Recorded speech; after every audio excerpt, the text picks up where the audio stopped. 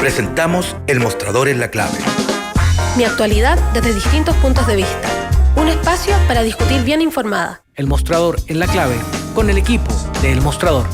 La Clave me escucha.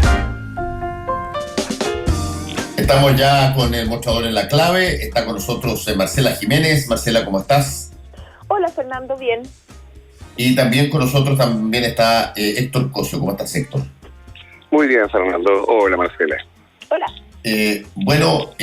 Probablemente una de las noticias que estaba creando más inquietud se desactivó de alguna manera en la Araucanía cuando se anunció un acuerdo entre Celestino Córdoba y el Ministerio de Justicia, por el cual puso fin a la huelga de hambre de más de 100 días y todo lo que me imagino connotaba aquello. ¿Cómo se vio este proceso, Marcela, desde el Ejecutivo? Sí, tuvo varios puntos y varios momentos esto. Quizás el más complejo fue a finales de la semana pasada, entre jueves y viernes, cuando Celestino Córdoba anuncia que va a pasar a un estado de huelga seca. Él llevaba más de 100 días sin huelga de hambre y la notificación del paso a un estado de huelga seca era muy complejo porque en su estado físico era muy poco lo que iba a poder resistir en esas condiciones. Y la muerte de un machi, no solo para el gobierno de Piñera, para cualquier administración, es un conflicto mayor. Esto literalmente podía incendiar nuevamente la región de la Araucanía. Durante todo el fin de semana hubo gestiones, negociaciones, distintos organismos además actuaron como mediadores, desde la Iglesia, el INDH, parlamentarios, por ejemplo, como el senador Latorre, como la diputada Cariola, para tratar de generar un acuerdo y un entendimiento. Durante el fin de semana el gobierno le explicaba a Celestino Córdoba y planteó que no tenían condiciones para pasar a llevar la decisión de la justicia, porque la semana pasada fueron los tribunales los que rechazaron los recursos en los cuales Celestino Córdoba podía cumplir, intercambiar la condena e ir a su rehue a cumplir su arresto. Entonces las autoridades explicaban que no tenían atribuciones legales para pasar por encima de las decisiones de los tribunales. Sin embargo, finalmente, la luz de un posible entendimiento se empezó a ver el domingo, cuando Celestino Córdoba empezó a postergar la posibilidad y el ingreso a esta huelga seca y a postergar las vocerías que estaban haciendo algunas personas en nombre suyo, dando información y extendiendo el plazo para las respuestas del gobierno. Ahí se vio una apertura en términos de que efectivamente podía haber un entendimiento. Y ya ayer en la mañana temprano en el Congreso se comentaba que efectivamente estaba todo casi listo para poder sellar este acuerdo que se dio a conocer finalmente por las autoridades en la tarde. Pasada las 5 de la tarde, cerca de las 5 de la tarde, ayer Celestino Córdoba firmó el compromiso con el gobierno y desistió después de 107 días de huelga de hambre. El acuerdo tiene 8 puntos. Entre esos, 2 de los más importantes es que se le va a permitir ir a su rehue por 30 horas. El compromiso del gobierno de establecer módulos especiales para personas de pueblos originarios en algunas cárceles donde se amerite, la posibilidad no solo de Celestino Córdoba de poder ir a un centro centro de educación y trabajo para cumplir su condena ahí, sino que facilidades para personas de pueblos originarios para que puedan postular a estos centros como lugares donde cumplir condena. Esos son como los puntos más relevantes del acuerdo. Y finalmente esto se materializó y el gobierno habló el ministro de Justicia, Hernán Larraín, quien valoró precisamente esta situación, Fernando. Sí, Héctor, ¿tú tienes algo que decir ahí? Sí, mira, yo creo que también es importante saber que con el acuerdo alcanzado ayer, ocurren dos cosas. Primero, claro, se baja la atención inmediata respecto de lo que podría ocurrir en un evento tan nefasto como que efectivamente muera un representante espiritual de la comunidad mapuche como Celestino Córdoba, pero junto a eso, digamos, a desactivar esta escalada, digamos, y que podría terminar sin duda en un grave conflicto político si algo así pasara, también confirma que efectivamente la situación del conflicto mapuche con la figura de Celestino Córdoba, con el ministro del Interior que inauguró su periodo encendiendo la hoguera en este campo, y el acuerdo alcanzado por el gobierno, antes del acuerdo alcanzado con el Machi, me refiero al acuerdo alcanzado con el gremio de camioneros y con la multigremial, que hace algunas semanas amenazaron al Ejecutivo con tomar acciones propias, dan cuenta de que hoy día lo que se hizo fue apagar la llama que podría de alguna manera hacer estallar más la situación. Pero si esto fuese un espacio con un gas abierto, el gas todavía está abierto. Aquí no, en ningún caso creo que el hecho de haber alcanzado este acuerdo podría hacer a que el gobierno ignorara que está frente a una situación muy, muy, muy compleja en la región. Hay que esperar, digamos, con precaución, me imagino, el gobierno también y las autoridades de la zona, otras manifestaciones que pueden realizarse por otros motivos. Recordemos que también hay mapuches que están en huelga de hambre en Angola, y entiendo que dentro también de el acuerdo que se alcanzó ayer también está establecer el diálogo con ellos. Pero sería un error político pensar que llegar a un acuerdo como este y llegar a un acuerdo con los camioneros y la multigremial es terminar de alguna manera con el conflicto. Estamos con un conflicto bastante complejo y que al gobierno le puede reventar en cualquier minuto. Lo que ocurrió en estas últimas horas es precisamente que lograron políticamente en ambos frentes bajar un poco la intensidad, pero las molestias aún permanecen, incluso se evidencian también de los propios sectores políticos.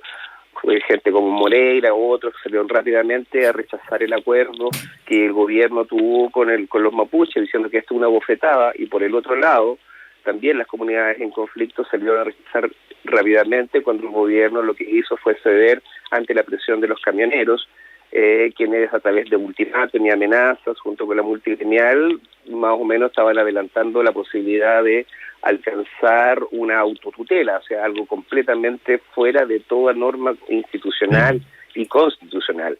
Pero tenemos hoy día un gobierno que, jugando las últimas cartas y estirando el chicle lo que más pudo, trató de contener ambos frentes. Pero estamos en una situación conflictiva, que si no es el tema de Machi, podría ser otro. Y no resolver y solamente intentar apagar esto también con declaraciones incendiarias como las que dio en su comienzo el ministro del Interior, mi impresión es que esto es una situación que podría volver a repetirse en cualquier minuto, Fernando. Sí, hay un asunto que no está asociado directamente con el Machi ni con la situación en la Araucanía, pero sí está muy presente en el país y que es otro foco de tensión, es que se volvió a activar muy fuertemente una discusión muy fuerte sobre las condiciones para establecer el plebiscito. Lo planteó la presidenta del Colegio Médico, diciendo que estaban las condiciones. Han habido una serie de intervenciones por parte de algunos políticos del oficialismo que han señalado desde que esto debiera ser entregado y dejado al arbitrio del próximo Congreso elegido y no a una situación compleja y en medio de la pandemia como la de una convención constitucional potencial. Hay una discusión sobre las condiciones sanitarias para realizar el plebiscito, y eso es medio contradictorio con que simultáneamente la misma persona que considera que es riesgoso hacer un plebiscito considere que no es riesgoso que los niños vayan a clase, por ejemplo. Entonces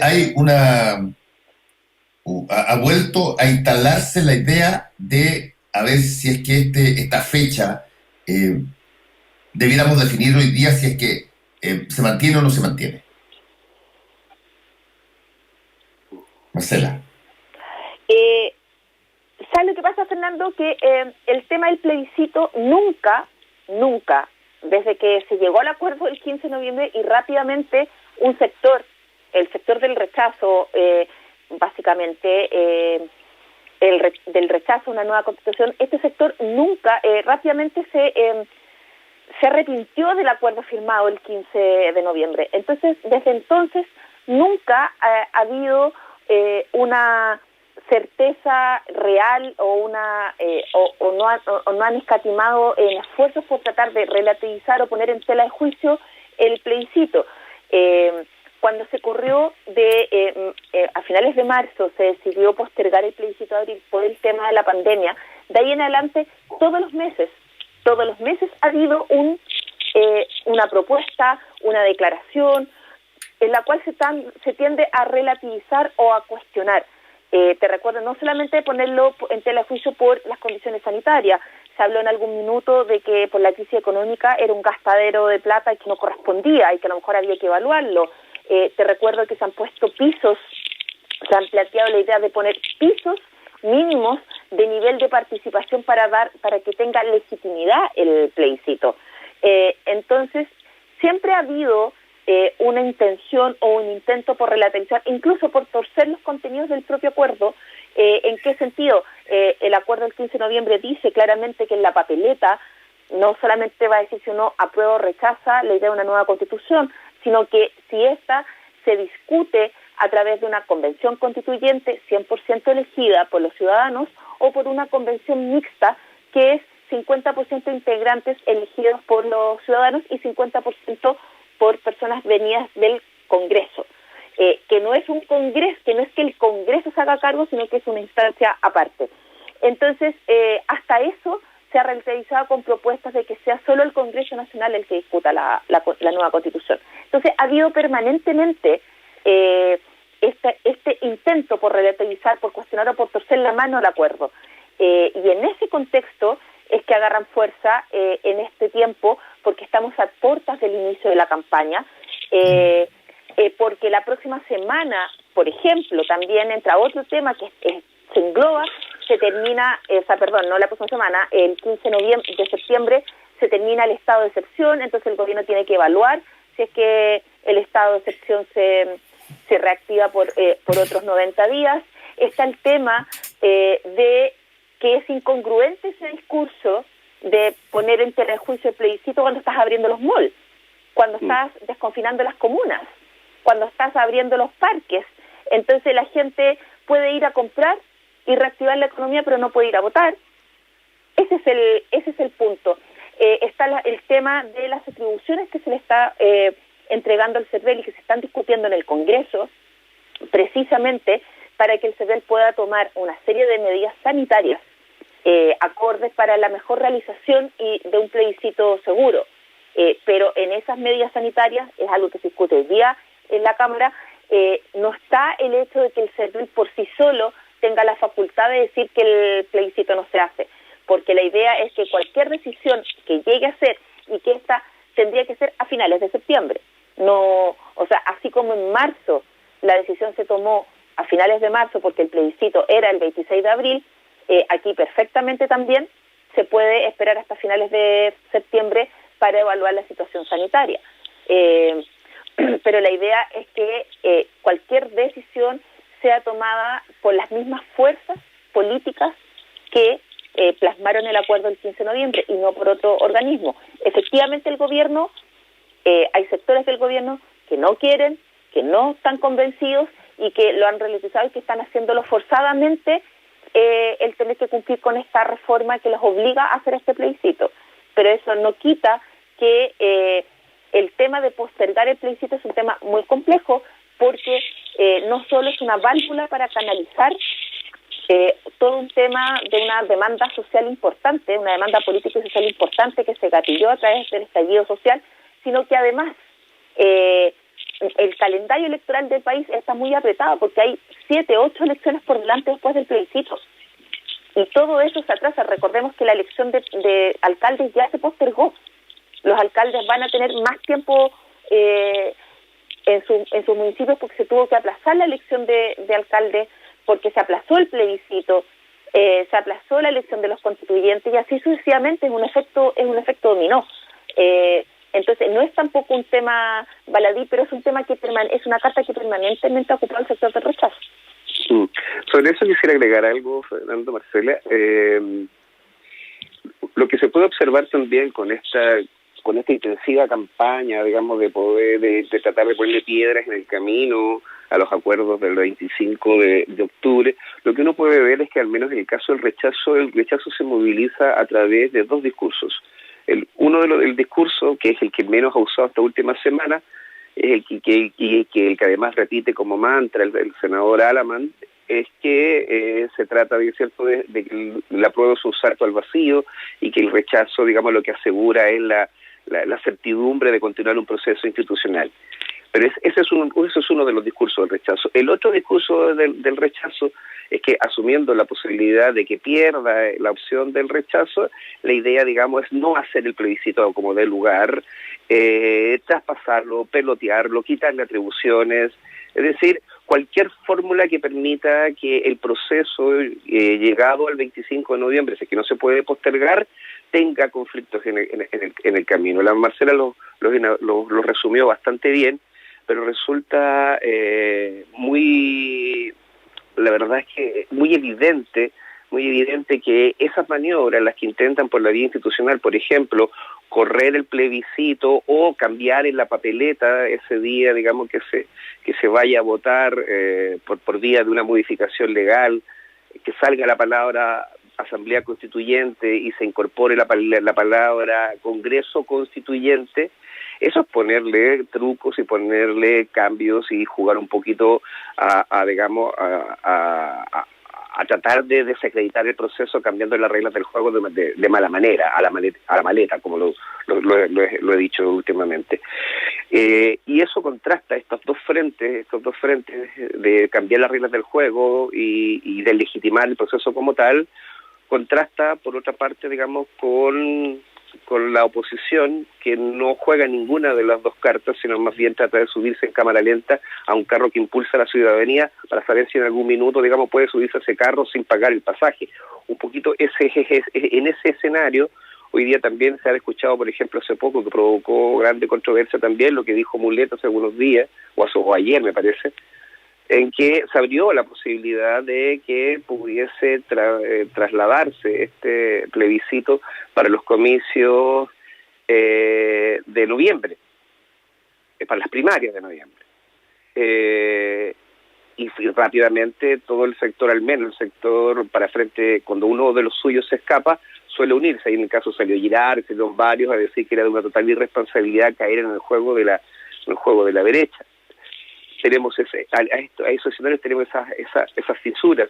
Ahora también creo que es interesante leer también cómo Piñera en los últimos días también ha dado declaraciones en el sentido de su propia coalición, que en el fondo admitiendo que el rechazo y el apruebo dividen a su coalición y apuntando un poco a lo realmente importante, que es después de este proceso, en el caso de que venza la opción, digamos, de una nueva constitución, que es ir hacia los contenidos, hacia lo importante. Es decir, que más allá del apruebo y el rechazo, lo importante es ponerse a pensar cuáles van a ser los contenidos y cuál va a ser la constitución que vamos a tener de más adelante. Y esa es una discusión que va a ser realmente la madre de todas las discusiones después del evento del 25 de octubre.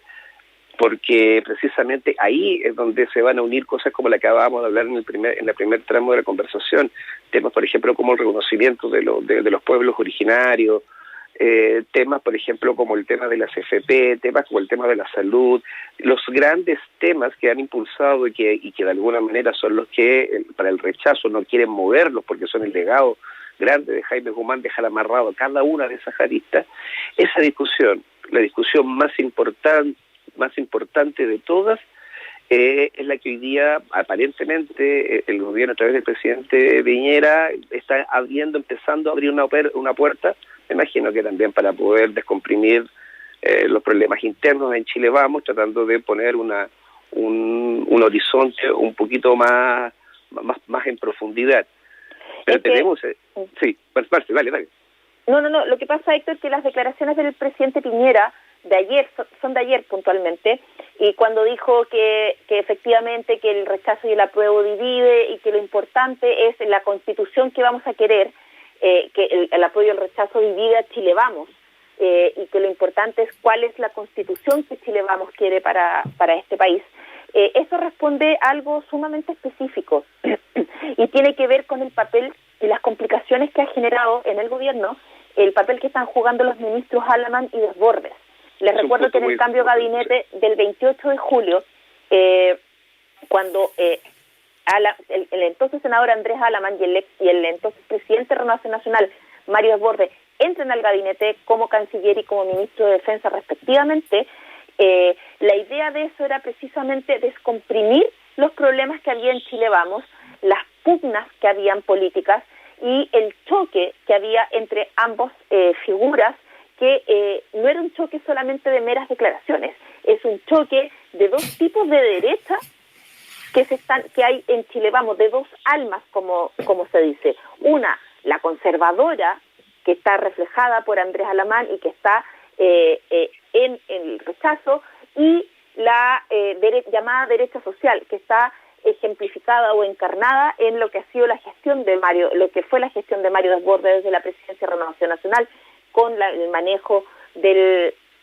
estallido social del 18 de octubre, con su abierta posición a favor del apruebo en la nueva Constitución. Eso buscó el presidente al ponerlos en el gabinete, desactivarlos, pero eso no ha funcionado, porque al poco andar en sus ministerios, pasó una semana y 2 semanas, y Mario Desbordes da una declaración como ministro, da una entrevista como ministro de Defensa, donde habla solo de política interna.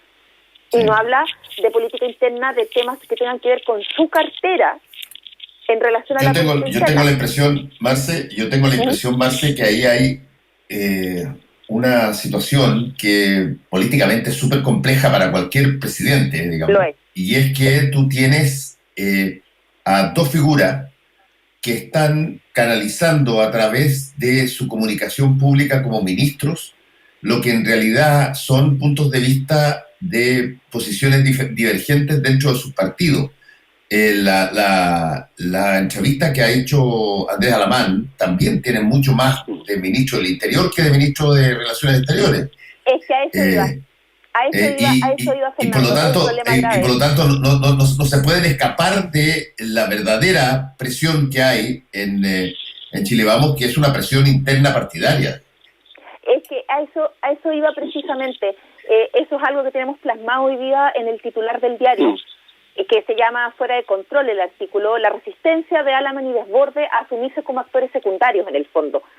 ¿Por qué? Porque, como tú bien dices, Fernando, por ejemplo, a la semana siguiente Desbordes, Alamán hace exactamente lo mismo, da una entrevista política, 100% política, habla sobre la pandemia, habla sobre la candidatura de Jadwe, habla sobre lo que tiene que hacer el ministro del Interior, Víctor Pérez, y después va un paso más allá de Desbordes, porque después participa ese mismo día en la noche en un programa en Estado Nacional, donde da una cuña, donde dice que está por el rechazo, que el rechazo es el camino a la certidumbre, de la institucionalidad, que el apruebo es un salto al vacío.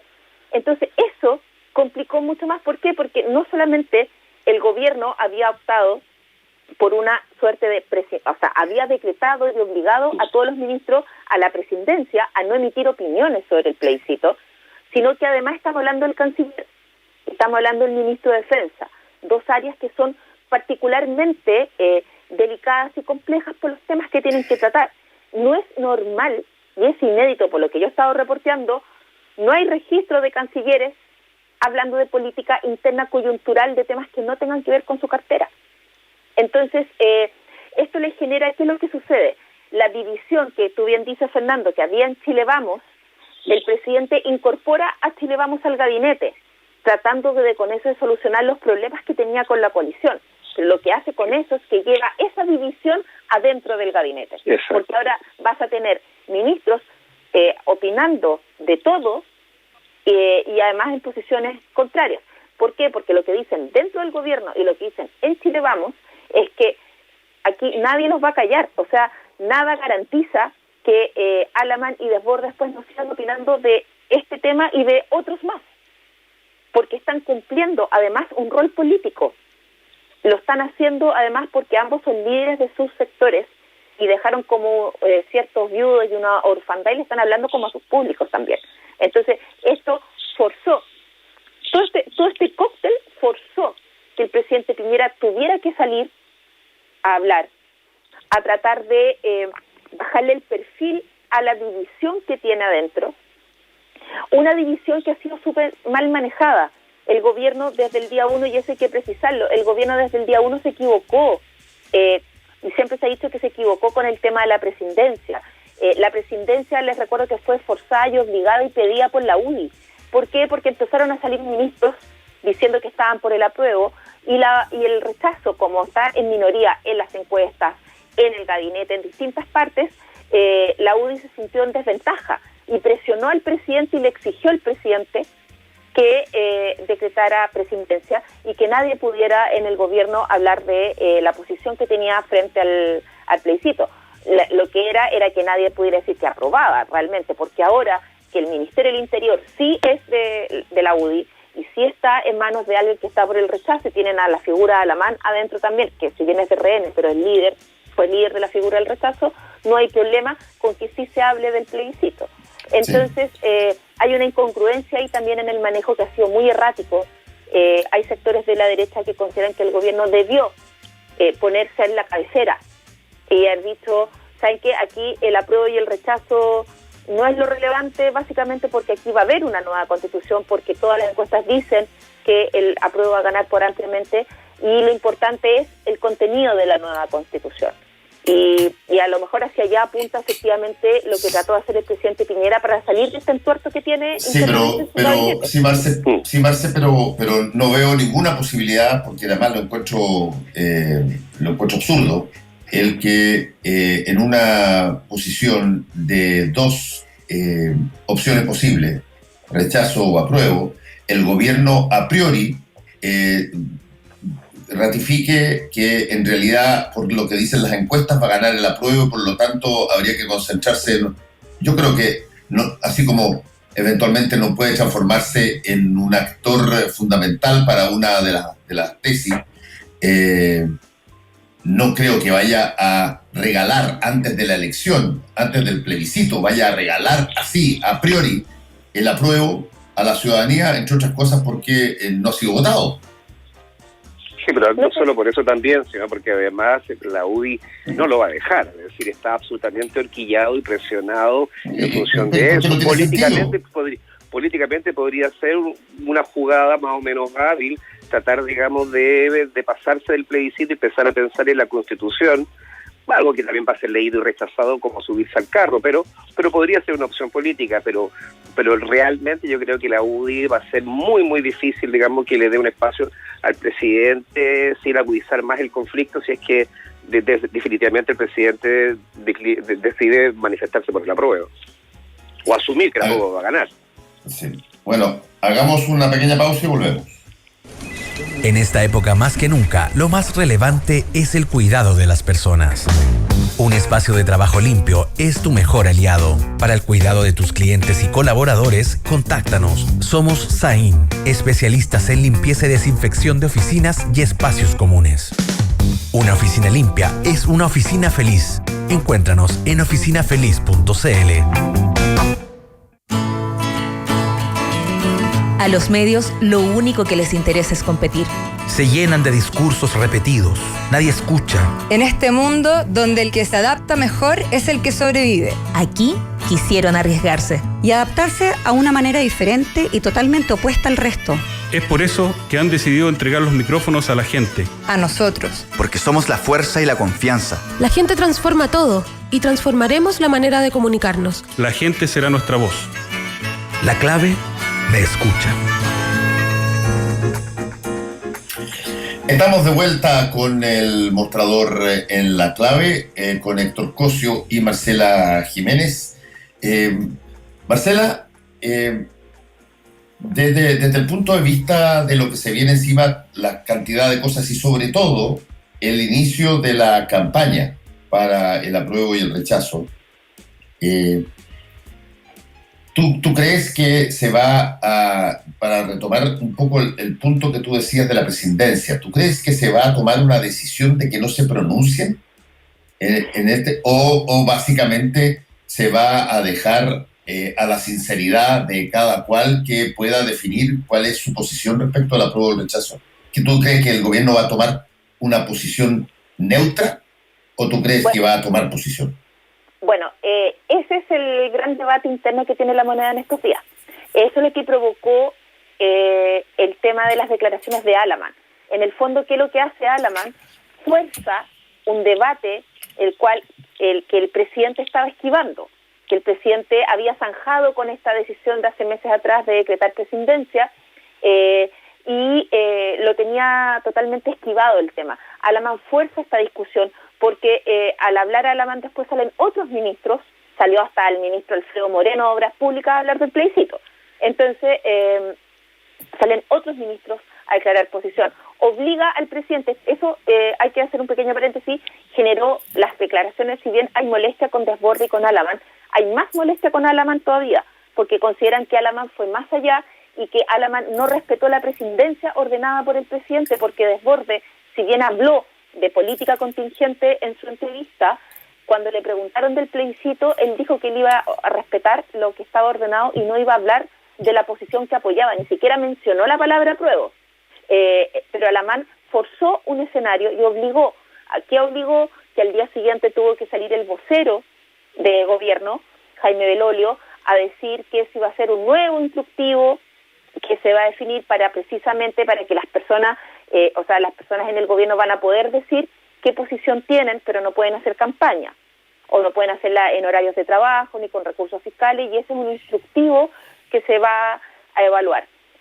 ¿Qué es lo que van a hacer con eso? Esa es la discusión interna, porque lo que yo planteaba en el bloque anterior es que hay sectores en la derecha, los que están por el apruebo, obviamente, que consideran que desde el día 1 fue un error de la moneda, un gobierno que tiene un bajo apoyo ciudadano, un gobierno que perdió totalmente su programa de gobierno, que el estallido social, la crisis económica y la pandemia tiró al tacho de la basura su programa y su agenda, un gobierno que ha tenido que enfrentar estos 3 episodios, básicamente es un gobierno que no tiene un legado, por decirlo de alguna manera, y que en ese sentido al presidente Piñera, que tanto le obsesiona el legado, está perdiendo la oportunidad de haber sido quien liderara este proceso de un país en formación de una nueva constitución en democracia, en un proceso que ha sido inédito en la República Chilena.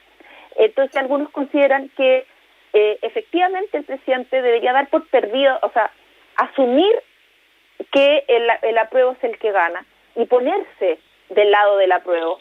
¿Por qué? Porque si no, a la noche del plebiscito, lo que temen algunos sectores en Chile Vamos es que el presidente va a quedar y el gobierno va a quedar en el lado de los derrotados. Y va a ser otra derrota más, que lo va a debilitar aún más. Y esa es la complicación. Por eso que, disculpa Fernando, al tiro termino, y por eso que consideran que poner el foco en lo que va a ser la nueva constitución y poner el foco como factor de aglutinación de la derecha y como el encauzar o liderar o poner los puntos, marcar la pauta de lo que debería ser esta nueva constitución, es una forma de navegar en medio de esta división. Entonces, pero eso tiene de contrapunto algo que es... Marce. Porque el presidente Piñera le ha dicho a nadie si está por el apruebo o por el rechazo. Nadie sabe. El que diga que sabe que Piñera va a votar apruebo o rechazo está mintiendo porque no se sabe realmente. Y segundo, porque la UDI no le va a permitir eso. No va a permitir la UDI que el presidente de la República se ponga a favor de el apruebo, porque la UDI está dispuesta, aunque el rechazo saque un 20%, que no va a ser así, pero aunque saque un 20%, ellos no van a ceder un ápice en su esfuerzo por tratar de evitar que se modifique la Constitución de Jaime Guzmán. Sí, yo entiendo eso y me parece, si es que se hace con modos legítimos, Me parece que es lo que debieran tratar de hacer, tratar de convencer a las personas de que es mejor posibilidad de rechazo que apruebo. Pero la duda que tengo yo es que aquí quizás uno está influido de alguna manera por algunas cosas que han pasado, digamos. Yo recuerdo varias veces aquí que cuando se planteó el tema del 10% de las AFP, pero prácticamente todo el mundo al principio decía que era casi imposible que se pudiera dar, no solamente por que no estaban los votos, sino porque además las opiniones de los expertos prácticamente unánime era de que esto iba a ser un descalabro, y además porque se estaba tocando plata de los chilenos, y la plata de los chilenos tiene particular función justamente con la ciudadanía, y por lo tanto no se iba a arriesgar a hacer una cosa como esa. Pero todos vimos lo que pasó. Y desde ese punto de vista, como enseñanza para este plebiscito, esa lógica de, oye, no esperemos hasta recibir una paliza antes de poder decir que nosotros también somos parte, o queremos que somos parte de la ciudadanía que quiere cambio. Tú, claro, puedes ver insinuaciones de ese tipo.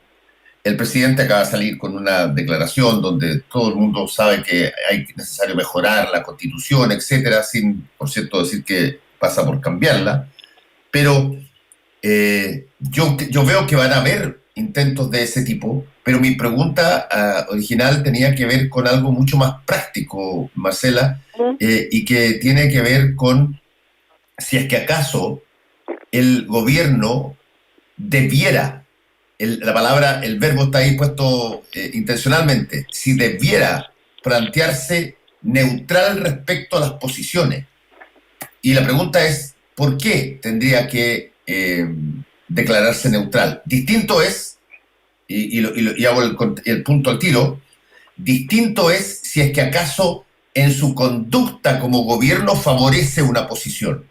Como a veces se pasa cuando de repente municipios antes de las elecciones reciben una chacalada de plata de la subsecretaría regional y que está probablemente asociada, o se piensa que está asociada a estimular a esos municipios o alcaldes que eventualmente van a la reelección cuando son propios, cosa que hemos conocido en la anterioridad. Pero ahí hay una intervención, ahí hay algo que es ilegal incluso. Pero en términos de opinión, ¿tiene o no tiene, debe o no debe tener opinión el gobierno respecto de la posición que va a debatir el país? Debería, Fernando. Ese es el tema. El gobierno debería hacerlo y debería tener el derecho de poder hacerlo. No solo este gobierno, sino que cualquier gobierno frente a cualquier elección. Porque aquí hay un problema que se arrastra por décadas, que viene desde el inicio de la transición y que tiene que ver con la mala comprensión del rol de garantes que tiene el Estado, el Ejecutivo, de los procesos eleccionarios. Ser garante, resguardar un proceso eleccionario, por ejemplo. Les recuerdo que antes las elecciones estaban en manos del Ministerio del Interior, todo el proceso eleccionario. Entonces, ese rol de garante llevó a que cualquier declaración se tomara como intervención electoral, algo que los gobiernos de la concertación, por ejemplo, después de la nueva mayoría, la derecha fiscalizaba en forma muy exhaustiva. Pero eso es contrario a la esencia de los gobiernos. Los gobiernos no vienen de un repollo. Los gobiernos responden a posiciones políticas, y es legítimo que un gobierno defienda un proyecto, un candidato, una posición. Eso es democracia. Lo que pasa es que eso se confunde y se malentiende, y nunca se ha despejado bien en este país, en la discusión, si eso corresponde, qué es intervención y qué no es intervención. ¿Es intervención que un ministro de Estado diga, sí, yo estoy por este candidato o estoy por esta posición en el plebiscito? ¿O es intervención que el gobierno ocupe todo su poderío comunicacional en favor de una opción? Porque es que son dos cosas distintas, Marcela, son dos cosas distintas. Una es impropia, porque es una actuación que se hace, es un acto, una conducta que se hace para favorecer a alguien, y otra es una opinión respecto de cuál es tu posición. Si lo sé, Fernando, si yo lo entiendo, y eso es lo que te estoy diciendo. Lo que pasa es que aquí, en este país, se entiende mal. Eso es lo que te estoy diciendo. Porque en este país, que alguien diga algo, cuando la UDI obligó al gobierno a pedir presidencia, es porque varios ministros, Briones, Monkever, se declararon abiertamente por el apruebo. Ministros que son los que tienen mejor evaluación. Entonces la UDI por eso presionó para que hubiera presidencia, porque no quería que los mejores ministros, los mejor evaluados, estuvieran públicamente al lado del apruebo y ayudaran al apruebo. Entonces, pero pensemos lo siguiente también, porque efectivamente el gobierno debería, como lo plantea Fernando, debería asumir y presentar su posición política, y que esa posición política no fuese, digamos, comprendida como una intervención. Pero ese es en el campo de lo hipotético y lo que debiese ser. La presidencia, claro, nació de parte de la UDI, que no quería, digamos, que estar en desventaja frente a aquellos miembros de Chile Vamos que estaban por el apruebo. Pero hoy día yo tengo la impresión que la presidencia o esta neutralidad apunta derechamente a la figura del presidente.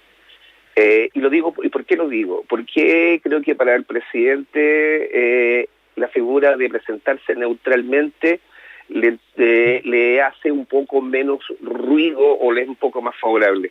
Recordemos que el 25 de octubre, cuando se realice el plebiscito, apenas habrá ocurrido una semana del aniversario del 18 de octubre.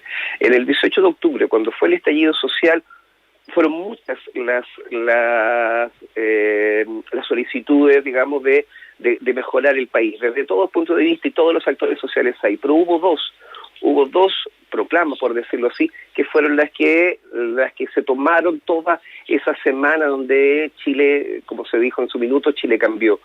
¿Y cuáles fueron esas dos cosas? La primera gran convocatoria, la masividad del estallido social, fue contra la gestión del presidente de la República. No fue otra cosa, no fue ni la FP ni las otras cosas. En esas semanas todo se volcó hacia la reprobación de la gestión del presidente, y fue lo que hizo que cancelara su programa de gobierno. Y luego la salida que se dio a ese conflicto, la propia ciudadanía, es la posibilidad de abrir una constitución. Esos fueron los dos grandes elementos, y esos dos grandes elementos van a estar de nuevo en octubre. Con un presidente que decide, por ejemplo, apoyar el rechazo, la posibilidad de polarizar mucho más una convocatoria una no sé si conmemoración, pero es el primer año después del estallido social. El gobierno, desde luego, imagino que los informes de inteligencia sí lo están diciendo, es probable que existen incidentes. Va a haber naturalmente una expectación ciudadana del gobierno y de aquellos grupos que van a intentar también influir, que va a ser de alta temperatura, y eso va a ser una semana antes del 25 de noviembre. Cualquier cosa que el presidente, y yo pienso que es lo que debe estar pensando él pueda hacer antes de esa fecha, va a tender a polarizar más los ambientes. O sea, ya sea se decante por el de apruebo o ya sea se decante por el rechazo. Creo que la neutralidad del presidente en este minuto le juega un poco a favor, porque su figura va a estar presente el 18 de octubre y la Constitución una semana después. Y esos dos fueron los pilares que, digamos, que se levantaron durante todas esas semanas y que culminaron de alguna manera el 25 de octubre con el Acuerdo Nacional. Pero eso es lo que vamos a vivir las próximas semanas. Tenemos un plebiscito precedido por el aniversario del 18 de octubre. Algo que para el presidente no le va a pasar inadvertido. No, sí, yo creo que la situación es bien compleja para el gobierno, pero básicamente yo estaba planteando sobre una situación que nosotros históricamente develamos como presidencia, como que los gobiernos son eunucos, no tienen posición, como si es que un exministro de gobierno que postula a ser candidato a presidente de la República para reelegir la coalición de turno, fuera indiferente al gobierno que todavía sigue en la moneda antes del cambio de mando, fuera indiferente si es que es él u otra quien gane. Y todos sabemos que no es así. Pero distinto es y eso es una cosa que tiene visos legales, es cuando los gobiernos empujan materias o empujan conductas que desequilibran la tabla, pero que tengan opinión al respecto, me parece. Ahora, para uno podría decir, lógico, eso pasa en prácticamente todos los países del mundo, que tienen opinión respecto de lo que viene, pero lo que pasa es que cuando tú tienes una coalición fragmentada, el riesgo de poder tener opinión es que con lo que decía Marcela, es que tú tengas dentro del gabinete y dentro del gobierno tengas una batalla de posiciones. Y ahí sí es que el problema no es una complicación para la ciudadanía que sabe dónde está cada cual, sino que es un problema que eventualmente puede trasladarse a la acción misma del gobierno. La batalla de posiciones ya la tienen en todo caso. Ese es el problema que ha tenido siempre el gobierno. La batalla de posiciones, y vuelvo sobre el punto, la batalla de posiciones ha estado siempre. La batalla de posiciones siempre ha habido una división adentro del gobierno de cómo había que manejar el estallido, sobre el plebiscito, sobre el apruebo y el rechazo. Esa división interna existe. Que vuelvo sobre el punto anterior, efectivamente, insisto que el error, cuando se habló del error de la presidencia, porque yo vuelvo sobre el tema, aquí, ¿qué es lo que dices tú? O sea, creer que los gobiernos no tienen opinión sobre las cosas, sobre los procesos electorales, es un error, y en este país siempre se ha malentendido eso, porque además se disfraza, en general, estoy hablando de todos los gobiernos, la presidencia se disfraza de una ausencia de opinión sobre algo, cuando en la práctica eso no es tal. O les recuerdo que en todos los periodos electorales de todos los gobiernos, la selección de comunas específicas, por ejemplo, donde se hacen las actividades de los presidentes, de los mandatarios y los ministros, casualmente son justo en las comunas de los alcaldes de su misma coalición, en el periodo de elecciones municipales. O en las regiones donde están justo los candidatos a parlamentarios que le interesan al gobierno de turno y que quieren respaldarlo. Y justo viene el periodo del corte de cinta y el festival de la obra pública que se inaugura. O sea, eso es intervención. Intervención no es que un ministro o que un presidente de posiciones, porque son todos políticos. El problema es que se ha tergiversado eso al punto que cualquier declaración ahora es considerada una intervención. La presidencia, y con esto termino, insisto, la presidencia, y de eso no hay que olvidarlo, fue forzada, insisto, por la UDI, por el problema que tenían.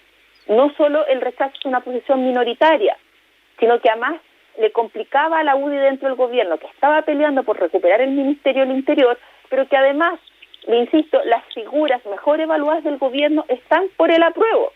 Y eso les juega en contra del rechazo. Lo poco que puede aportar el gobierno, así como de que le importa a la gente o que influya la posición del gobierno, a eso voy.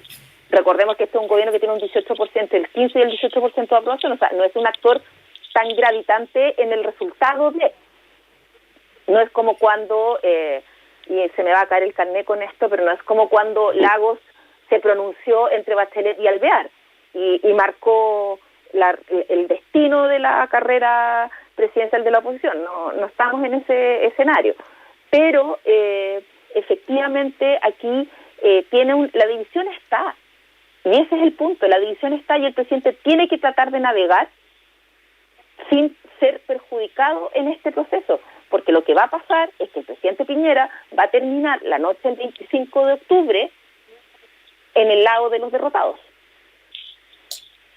Sí, Héctor.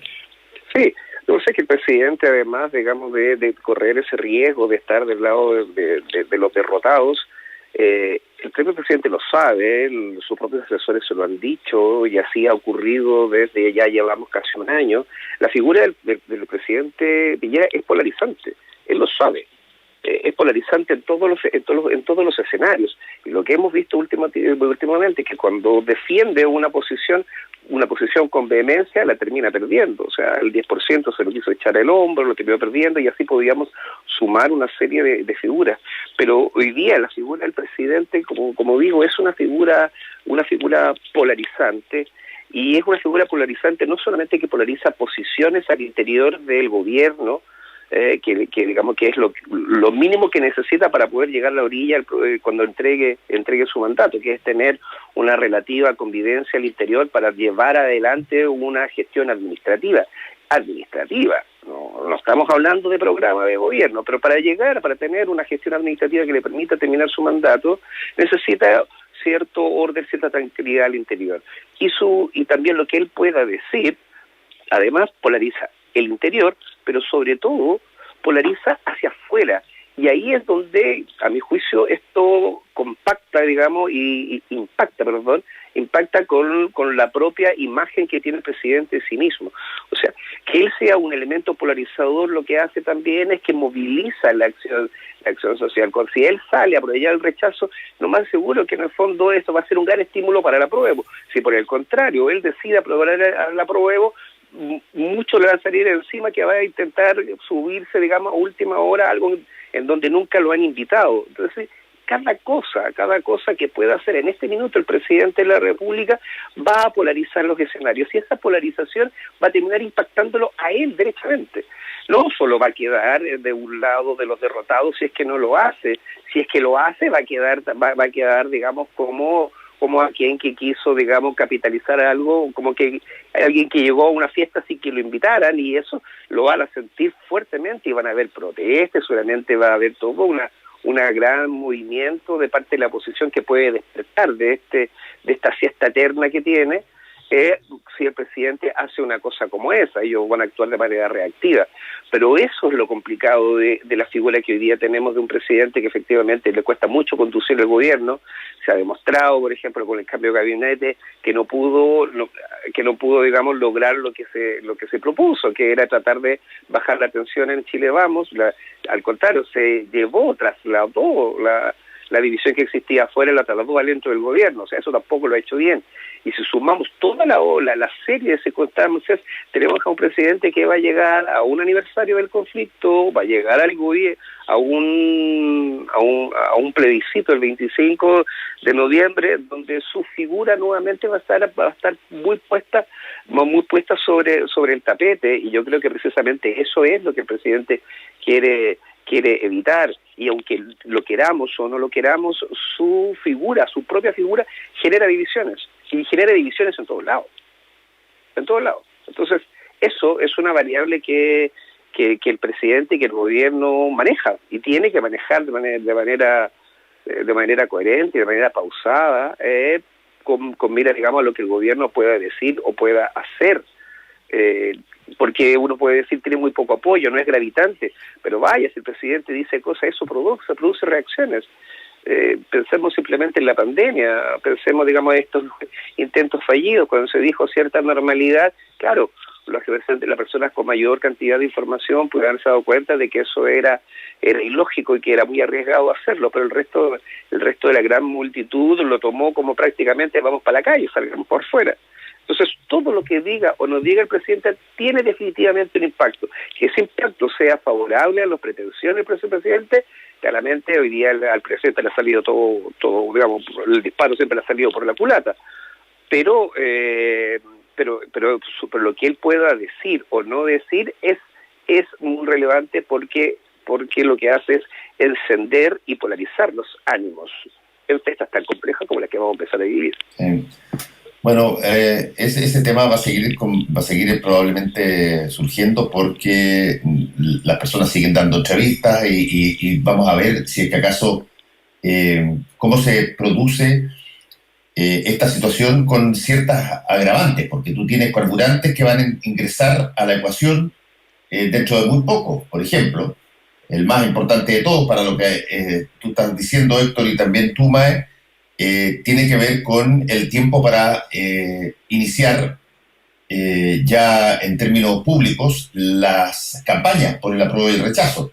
por definición, comunicacionalmente, por definición, una campaña pública, polariza. O más que polariza, si tú quieres, te obliga a tomar posición. O de alguna manera tomas posición. Estás con una plataforma nacional de toma de posición. Y entonces todo esto que hemos estado conversando, que todavía se rige mucho por los criterios del pasado, y por lo que la Marcela calificó como el malentendido presidencia del gobierno de turno, a la hora de una campaña pública que abarca todos los medios y con miras a que las partes traten de convencer a la ciudadanía sobre una u otra posición, es prácticamente imposible con la forma en que está constituido el gobierno hoy día, que eso no llegue adentro del gabinete y que eso eventualmente no termine, y aquí te tiro mi profecía, con el presidente de la República diciendo que está a prueba, que está a favor de la prueba. Cómete esa mandarina. Bueno, vamos a ver, te la voy a cobrar. Vamos, ya quedó sobre la mesa y quedó grabado, Fernando. Vamos a ver qué pasa. Lo que sí no puede hacer el gobierno y no puede hacer el presidente es amarrarse o casarse o inclinarse con las posiciones que ponen en tela de juicio la realización del plebiscito. Absolutamente. Eso es lo que tiene que defender. Eso es lo único que tiene que defender. Claro, eso no tiene que ver con la presidencia ni nada, porque hay un mandato legal. El plebiscito es una reforma constitucional que obliga al Estado a hacerla. Entonces el presidente lo que no puede hacer es el error que cometió hace meses atrás, cuando en una entrevista dijo que por la crisis económica podía ser mucho gastadero de plata y que a lo mejor el plebiscito no se hacía. Eso es un grave error. No puede él avalar posiciones donde ponen en tela de juicio la realización del plebiscito. El presidente debería ser en eso me refiero yo cuando es el garante de, ese es su rol, y él en la derecha, en los sectores que critican, porque critican, en los sectores de la prueba de la derecha critican mucho al resto de Chile Vamos, de decir que han mostrado una incongruencia y una falta de compromiso con los acuerdos, al tratar de relativizar o de poner en tela de juicio la realización del plebiscito. Entonces dice que ahí es donde el presidente tiene un rol que jugar, un rol importante. Claro, tiene un rol que jugar, en defender que no se cambie la fecha y en que el proceso sea un proceso lo suficientemente claro, transparente, ágil, seguro en términos de pandemia y también seguro en términos de seguridad pública. Sí, porque además repito un punto, o sea, estamos en un proceso, vuelvo a insistir, o sea, si la gente puede salir a la calle a comprar al Mall Costanera Center, ¿por qué no puede ir a votar el plebiscito? Sí, bueno, muchas gracias a Marcela Jiménez y también a ti, Héctor Cosio. Cuídense, chao, chao. Chao, que estés bien, Fernando, cuídese. Chao, nos vemos. Actualidad con ojo crítico. La información desde distintos puntos de vista. Fue El Mostrador en la Clave, con el equipo de El Mostrador. La Clave me escucha.